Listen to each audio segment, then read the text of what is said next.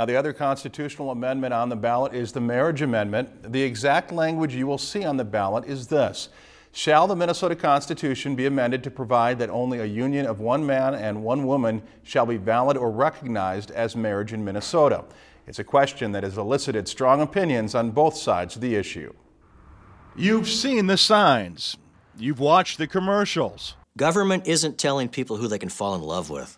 So government should not be telling people who they can marry. Everyone has a right to love who they choose, but nobody has a right to redefine marriage. And now it's time to vote. The debate on the amendment involves many different viewpoints, but this much is certain. Minnesota's current law, which limits marriage to being between one man and one woman, will not immediately change if the amendment passes or if it fails. So why then has this been such a hotly contested issue? It was a frequent topic of discussion during the state legislative debates recently televised by Lakeland Public Television. Those in favor of the amendment want to ensure that it would take a vote of the people in the future to change the law to allow same-sex marriage. They say they worry Minnesota's law could be changed by activist judges or the state legislature if the amendment does not pass. Yeah, I can tell you that in other states like Massachusetts and as close as Iowa, the courts have arbitrarily just said we're going to have gay marriage. Other legislative bodies have done it. I believe the best course is to let the people of Minnesota decide. Those against the amendment say the state constitution is not the place to include language that would make it harder for same-sex couples to legally marry in Minnesota, like opposite-sex couples currently can. I don't believe we want to put something like this into our Constitution. The liberty, we have liberty in this country, and by golly, if we're going to put something like that in the Constitution, we're restricting some fundamental liberty. Volunteers like this group in Bemidji have been working hard to defeat the amendment, making calls to registered voters and urging people who share their opinion to vote. Well, this has definitely been compared to a lot of human rights issues in the past. I think this is definitely unique. This is an issue about freedom, an issue about a group of people who wish to be treated equally. So in a lot of ways it's very similar to other human rights issues, but in a lot of ways it's a lot different too. We want everyone, we want our friends, we want our family, our coworkers, our neighbors, we want them all to feel equal, not just to be equal on paper. And so this kind of gets at that too. It's not just about the being equal on paper, it's about everybody feeling as a Minnesotan that they're all worth the same amount as the next person. But those supporting the amendment say marriage has always been rooted in religion, and that keeping marriage between one woman and one man does not deny anyone their rights. What's the right? What's the right? The right for people of the same gender to be married? Where does that right come from? There's no right for people to engage. Before you can talk about the who of marriage, you got to talk about the what of marriage. Marriage, what it is a union between a man and a woman, and that union can bring children into the world. People of the same gender can't do that, a union there. So there's no right for that to happen. Where does the right come from? There is no right, and therefore it's not discrimination. It's not denying somebody something they have a right to. The Catholic Church has helped to lead the campaign to pass the amendment. Bishop Michael Heppner has traveled throughout the northwest portion of the state, emphasizing the church's position at meetings like this one at St. Philip's in Bemidji. But it's not just Catholics supporting the measure. A recent ad in the Bemidji Pioneer supporting the amendment was signed by 27 pastors from 23 Bemidji churches.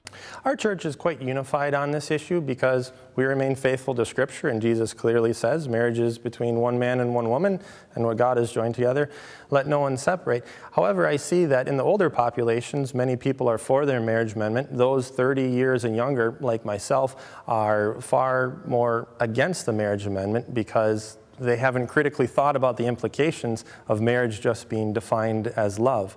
Who are you to just limit marriage if you really love that person? Well, then why do we limit marriage and not allow polygamous relationships or polyamory or incestuous relationships or even pedophilia relationships? But there are some pastors and churches against the amendment. To me, what it keeps coming back to is that God is for us as human beings, and God created us, and God created people to be homosexual or heterosexual. You know, we don't condemn people because they're left-handed or right-handed, and that creation is good, and it's really how that love really is carried out. So I know Christians who are very committed Christians, love each other.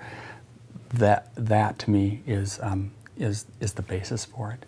Mark Papke Larson is a Bemidji pastor who has a daughter who is lesbian, and he and his wife Linnea, who is also a pastor, hope their daughter will someday be able to legally marry in Minnesota. Personally, it's just very important. It comes home when you're talking about your own family and your own children, and wanting for all three of my children the same thing that my husband and I have been able to enjoy, and that is to make a lifelong loving commitment to someone that they love and that they choose to be with for the rest of their lives. Both sides have campaigned in the area during the fall. In October, former Republican gubernatorial candidate Wheelock Whitney spoke in Bemidji to a Vote No group. Later in the month, Vote Yes supporters rallied on Bemidji's waterfront. One of the biggest disagreements between the two sides is how this vote will ultimately affect the state. This does go through. It's obviously going to affect a lot of gay and lesbian people. And if it doesn't go through, it won't really affect the other people, like the Vote Yes people, and it won't change anything as far as gay or lesbian couples being able to get married. A lot of attention or a lot of statements have been made by the Vote No side that nothing will change, that churches will still be allowed to practice as they would like to, that businesses would be allowed to practice as they have that right to do. We've seen it in other states and in Canada where you know, there's certain teachings that you're not allowed to do, and as a business owner, if you respectfully decline, let's say, to photograph a same-sex wedding in other states, those photographers and those business owners have been sued and have lost, and they lose that right. So there's certain fundamental rights that we take for granted now that would not be there. One right everyone can take advantage of tomorrow is the right to vote. Polls show a close race, and every vote could matter. And one reminder regarding both constitutional amendments: if you elect not to vote on an amendment and leave the ballot blank in that spot, that will count as a no vote. A majority of overall voters casting ballots in the election must vote in favor of the amendment for it to pass, not just those voting on the amendment. If you've enjoyed this segment of Lakeland News, please consider making a tax-deductible contribution to Lakeland Public Television.